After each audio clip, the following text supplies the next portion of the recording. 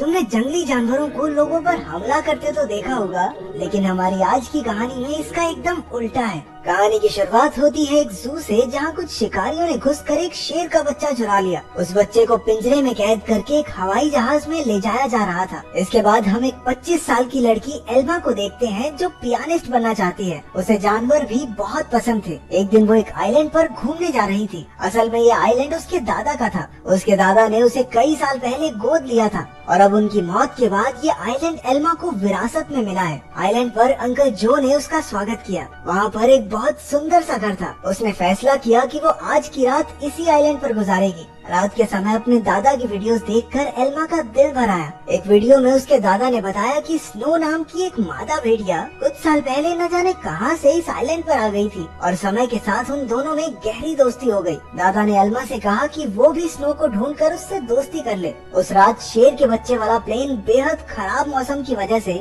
उसी आइलैंड पर क्रैश हो गया। क्रैश की आवाज सुनकर एल्मा डर गई और उसने बाहर जाकर देखा, लेकिन वो आइलैंड बहुत बड़ा था तो उसे कुछ नहीं मिला। अगली सुबह चार्ल्स और एली नाम के दो नौजवान वहाँ आए। उन्होंने स्नो को कैद करने के लिए जाल बिछा दिया। असल में वो भेड़ियों के पार्क के मालिक थे और उसके लिए स्नो को पकड़कर ले जाना चाहते थे। कुछ देर बाद स्नो जाल में फंस गई, लेकिन अपनी सूझबूझ से चार्ल्स और एली के आने से पहले ही वो जाल काटकर भाग निकली। फिर वो तैरकर आइलैंड की दूसरी ओर जा पहुंची, जहां उसकी मुलाकात एल्मा से हुई। पहले तो एल्मा घबरा रही थी, लेकिन फिर उसने अपने दादा की बात याद की और स्नो को पुचकारने लगी। कुछ देर बाद एल्मा प्लेन क्रैश की जगह पर पहुंची। खुशकिस्मती से शेर के बच्चे को कोई चोट नहीं पहुंची थी। वो एक पक्षी के घोंसले में गिर गया था, लेकिन पक्षी ने उसे नीचे धक्का दे दिया और इसके बाद वो सीधा जाकर एल्मा की गोद में गिरा। एल्मा भी उसे अपने साथ घर ले आई। उसी वक्त स्नो भी अपने छोटे बच्चे के साथ घर में आ गई। घर में 3 प्यारे जानवर देखकर एल्मा बहुत खुश थी। उसने तुरंत अंकल जो को बुलाया, लेकिन उन्होंने एल्मा से कहा कि इन खतरनाक जानवरों को घर में रखना ठीक नहीं है, तुम्हें इन्हें जू वालों को दे देना चाहिए। अंकल ने ये भी बताया कि शेर के बच्चे को ढूंढते हुए जू के कर्मचारी वहाँ जरूर आएंगे, और हुआ भी बिल्कुल वैसा ही। अगले दिन एनिमल कंट्रोल वाले वहाँ पहुँच गए। वो जानती थी कि जू वाले कितने बेरहम होते हैं, इसलिए उसने फैसला किया कि वो उन्हें जानवरों के बारे में कुछ नहीं बताएगी। उसने झूठ कह दिया कि उसने किसी शेर के बच्चे को नहीं देखा। घर लौटकर उसने देखा कि स्नो अपने बच्चे के साथ साथ शेर के बच्चे को भी दूध पिला रही थी। उसे बेहद खुशी हुई, क्योंकि अब स्नो दोनों बच्चों का ख्याल रख रही थी। जैसे जैसे दिन बीतते गए, दोनों बच्चों में दोस्ती बढ़ती रही। एल्मा ने भेड़िए के बच्चे का नाम जैक रखा और शेर के बच्चे का नाम ड्रीमर। उधर अंकल जो को चिंता थी कि ये जंगली जानवर एल्मा को कोई नुकसान न पहुंचा दें। लेकिन इसी तरह कुछ महीने गुजर गए और अब दोनों बच्चे थोड़े बड़े हो चुके थे। एल्मा उन्हें आइलैंड पर घुमाने ले जाती और अपने दादा की मनपसंद जगह पर उनके साथ खेलती भी थी। बदकिस्मती से एक दिन जब एल्मा पियानो के एक ऑडिशन के लिए गई थी, तो पीछे से वो भेड़िए के पार्क वाले आइलैंड पर घुस गए। इस बार वो स्नो को कैद करके अपने साथ ले ही गए। उधर एल्मा का सिलेक्शन भी हो गया और वो बेहद खुश थी। लेकिन जब वो घर लौटी तो उसके होश उड़ गए। उसके घर का सारा सामान बिखरा हुआ था, क्योंकि दोनों बच्चे भूख की वजह से परेशान हो गए थे। एल्मा ने स्नो को ढूंढने के लिए पूरा आइलैंड छान मारा,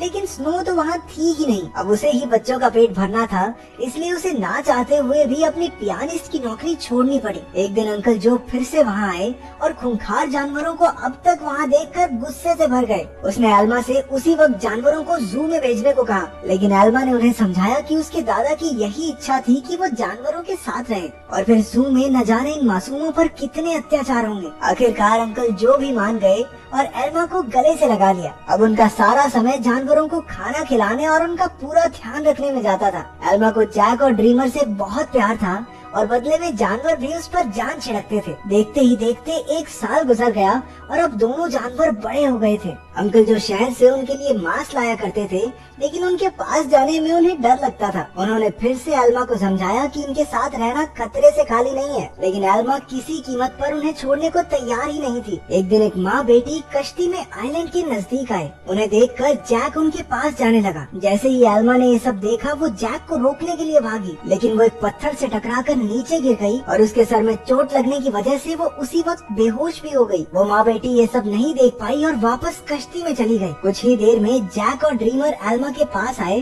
और उसे उठाने की बहुत सी कोशिशें की, लेकिन कोई फायदा नहीं हुआ। वो कई घंटों तक जोर जोर से आवाजें लगाकर मदद के लिए पुकारते रहे, लेकिन कोई नहीं आया। जल्द ही रात हो गई और दोनों जानवर एल्मा से सटकर बैठ गए। उन्होंने पूरी रात जागकर एल्मा को गर्माहट दी। अगली सुबह अंकल जो ने एल्मा को कई बार कॉल की, लेकिन कोई जवाब न मिलने पर वो समझ गए कि कुछ तो गड़बड़ जरूर है। वो तुरंत आइलैंड पर पहुँचे। उन्हें लगा कि जरूर इन जंगली जानवरों ने एल्मा पर हमला कर दिया होगा, इसलिए उन्होंने एनिमल कंट्रोल वालों को कॉल कर दिया। लेकिन जब उन्हें एल्मा बेहोश मिली और जानवरों को उसकी रक्षा करते देखा तो उन्हें अपनी इस हरकत पर बहुत पछतावा हुआ। इसके बाद जब एल्मा को हॉस्पिटल ले जाया गया तो डॉक्टर ने उन्हें बताया कि अगर जैक और ड्रीमर ने उसे गर्माहट न दी होती तो शायद वो आज जिंदा न होती। उधर एनिमल कंट्रोल वालों ने जैक को पकड़कर इलाई और चार्ल्स को सौंप दिया। उन्हें एहसास हो गया कि जैक तो स्नो का ही बच्चा है। वहीं ड्रीमर को एलन नाम के एक आदमी को बेच दिया गया जो एक जू चलाता था। एलन बहुत बेरहम आदमी था जो अक्सर अपने जानवरों को पीटा करता था, लेकिन अपने बाप से बिल्कुल उल्टा उसका बेटा रैफा बहुत नरम दिल का था। जल्द ही उसकी दोस्ती ड्रीमर से हो गई, लेकिन कुछ ही दिनों में बेचारे ड्रीमर को कई नशीली दवाइयां देकर सर्कस में करतब करने के लिए मजबूर किया जाता। ड्रीमर ने अब तक की अपनी जिंदगी मजे से आइलैंड पर गुजारी थी, लेकिन इन बेरहम लोगों ने उस पर काफी बुरा असर डाला। इसलिए राफा अक्सर उसके पास उसे शांत करने जाया करता। उधर हॉस्पिटल में एल्मा ने होश में आते ही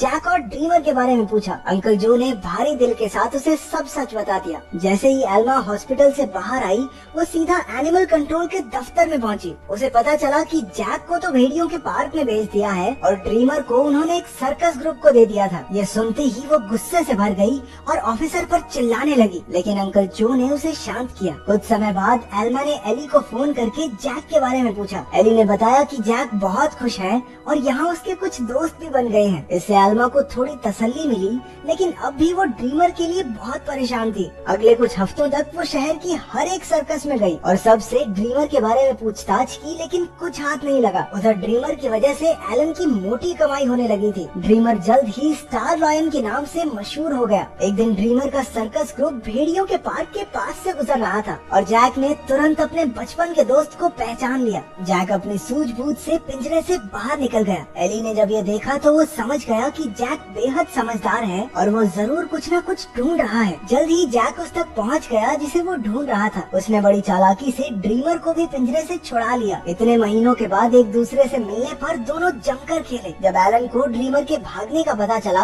तो उसने गुस्से में बेहोश करने वाली बंदूक निकाल ली। उसके बेटे रैफा ने उसे रोकने की बहुत कोशिश की, लेकिन लालची एलन ने उसकी एक न सुनी। हार कर रैफा भी ड्रीमर को ढूंढने एलन के साथ चल पड़ा। एलन ने एली को भी ड्रीमर के बारे में बताया। अब वो समझ गए थे कि जैक और ड्रीमर दोनों साथ ही हैं। इसी वजह से पूरे शहर में हाई अलर्ट जारी कर दिया गया। उस शाम एली ने एल्मा को सब कुछ बताया और कहा कि एनिमल कंट्रोल वाले दोनों जानवरों के पीछे पड़े हैं। ये सुनकर एल्मा घबरा गई, लेकिन एली ने बताया कि उन्होंने जैक के शरीर में एक ट्रैकर फिट किया था। जैक और ड्रीमर की आखिरी लोकेशन एक जंगल के आसपास थी। अब एल्मा और एली ने मिलकर जानवरों को ढूंढने का फैसला किया। उधर दोनों जानवर शहर में खुलेआम घूम रहे थे, इसलिए पुलिस ने शूट एट साइट के ऑर्डर्स दे दिए। बाद में दोनों जानवर फिर से जंगल में पहुंच गए, जहां एलन और रफा ने उन्हें देख लिया। लालची एलन ने ड्रीमर पर अपनी ट्रैंकुलाइजर गन से हमला कर दिया, लेकिन उसी वक्त जैक बीच में आ गया और अपने दोस्त के बदले खुद गोली का शिकार हो गया। बेचारा जैक तो उसी वक्त बेहोश हो गया, जबकि ड्रीमर को वहां से भागने का मौका मिल गया। उसके भाग जाने के बाद रफा ने तुरंत जैक का ट्रैकर हटाकर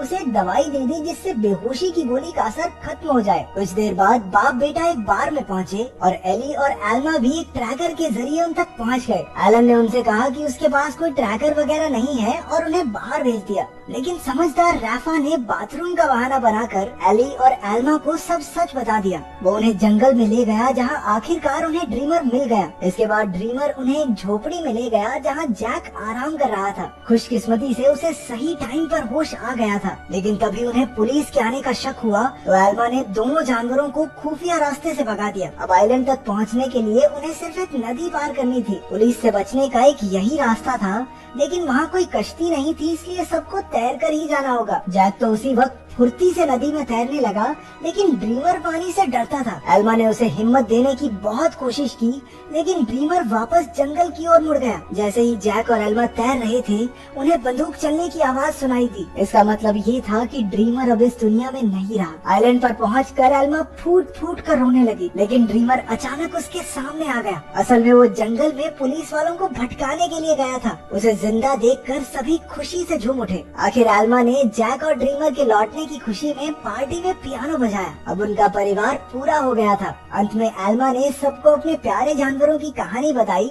जिससे सभी लोगों के दिल भर आए और वो तीनों खुशी खुशी फिर से एक साथ रहने लगे। तो तुम्हारा फेवरेट जंगली जानवर कौन सा है और क्या तुम उसे पालना चाहते हो? कमेंट्स में जरूर बताना। मिलते हैं अगली वीडियो में।